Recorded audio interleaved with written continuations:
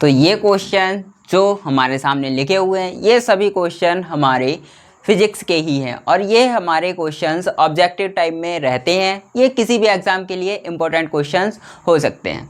तो बात की जाएगी, जो हमारा फर्स्ट क्वेश्चन है वो है कि एक मूल मात्रक नहीं है। तो मूल मात्रक हमारे कौन कौन से होते हैं, तो सबसे पहले तो ये पता होना चाहिए। तो मूल मात्रक हमारे होते हैं मीटर हो गया, उसके बाद किलोग्राम, उसके बाद सेकेंड, एम्पियर और केल्विन, मोल और कैंडेला।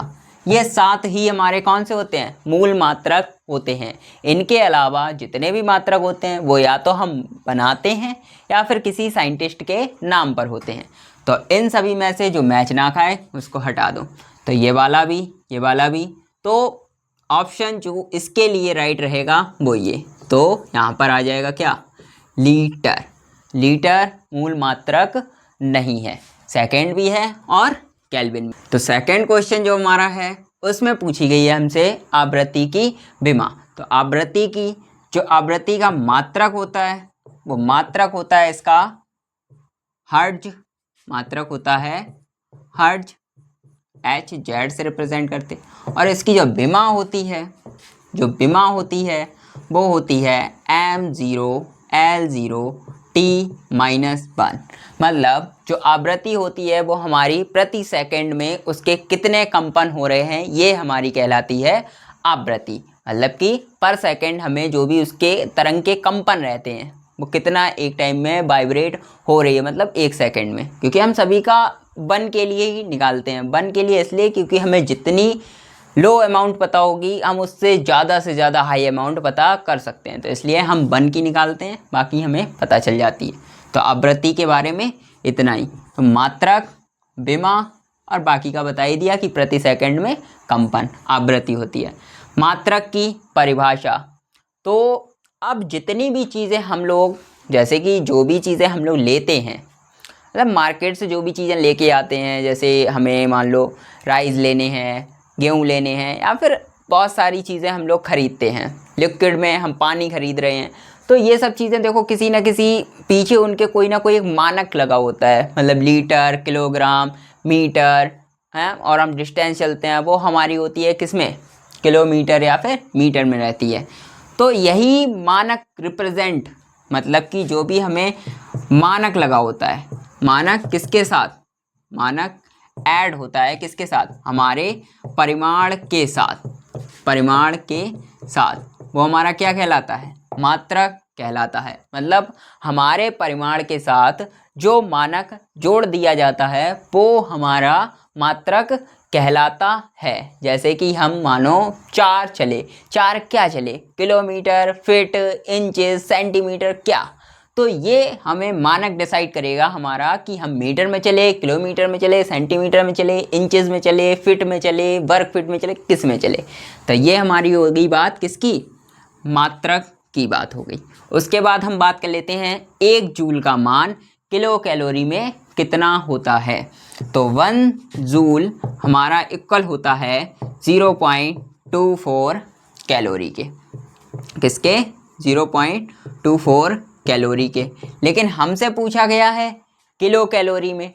तो इसमें क्योंकि बड़ी यूनिट से हम छोटी यूनिट में जा रहे हैं, मतलब कि हमारी जूल बड़ी हो गई और कैलोरी छोटी हो गई, तो हमारा क्या हो जाएगा, यहाँ पर इसमें 0.24 के साथ 10 पावर -3 आ जाएगा। और ये हमारा आंसर हो जाएगा किसमें, ये आंसर हमारा हो जाएगा किलो कैलोरी में, किलो कैलोरी में।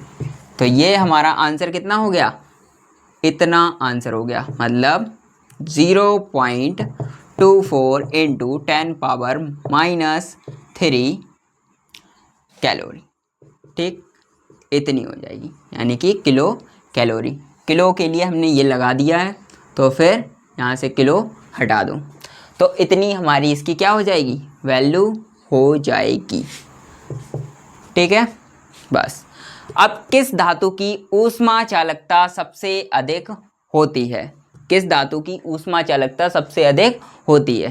तो हमें पता है कि चांदी ऐसी धातु है जिसकी ऊष्मा चालकता सबसे ज़्यादा होती है। बाकी की होती तो है, अच्छी खासी होती है, जैसे कि मान लो कॉपर हो गया, आयरन हो गया, इन सब की भी होती है, लेकिन चांदी की जो रहती है वो सबसे ज़्यादा होती है। तो इसका आंसर हमारे हो गया चांदी। उसके बाद हम बात कर लेते हैं बर्नौली प्रमेय का समीकरण लिखिए। तो इसका जो समीकरण होता है वो होता है P+1/2 rho v square plus rho g. यही होता है इसका क्या, इसका फॉर्मूला होता है, या फिर हम बोल सकते हैं इसकी इक्वेशन यही होती है। यहाँ पर जो P होता है वो दाब होता है, तो P वो हमारा दाब, उसके बाद 1/2 तो नंबर है, रो तो रो हमारा हो गया घनत्व, उसके बाद B तो B हो गया वेग, फिर रो आ गया, G हो गया हमारा गुरुत्वीय त्वरण, इसके बाद जो H है हमारा वो H हो गया ऊंचाई। तो ये हमारी जो हो गई वो बर्नौली की प्रमेय हो गई। प्रमेय का मतलब समीकरण हो गया, क्योंकि हमसे यहाँ पर केवल समीकरण पूछा गया था, बाकी प्रमेय नहीं पूछी गई थी। तो ये हमारा इतना हो गया इसका समीकरण, और समीकरण के बारे में जो भी चीज़ें हैं वो मैंने आपको बता दी। इसके बाद आयतन प्रसार गुणांक का सूत्र लिखिए। तो इसका केवल हमें क्या लिखना है, फॉर्मूला लिखना है। तो आयतन प्रसार गुणांक को हम गामा से रिप्रेजेंट करते हैं, इक्वल ये हमारा हो जाएगा डेल्टा V/V। ठीक, ये हमारा किसका हो गया, इसका फॉर्मूला हो गया, किसका, आयतन प्रसार गुणांक का। आयतन प्रसार गुणांक को हम गामा से रिप्रेजेंट करते हैं, डेल्टा V हमारा आयतन में परिवर्तन, और B हमारा रहेगा जो पहले का आयतन था। तो B हमारा हो गया आयतन, और डेल्टा किसी भी चीज़ में परिवर्तन को रिप्रेजेंट करता है। ये सभी क्वेश्चन एग्ज़ाम के लिए बहुत अधिक ज़रूरी हैं, तो इन सभी क्वेश्चन को पढ़ लेना अच्छे से, एग्ज़ाम अच्छा जाएगा।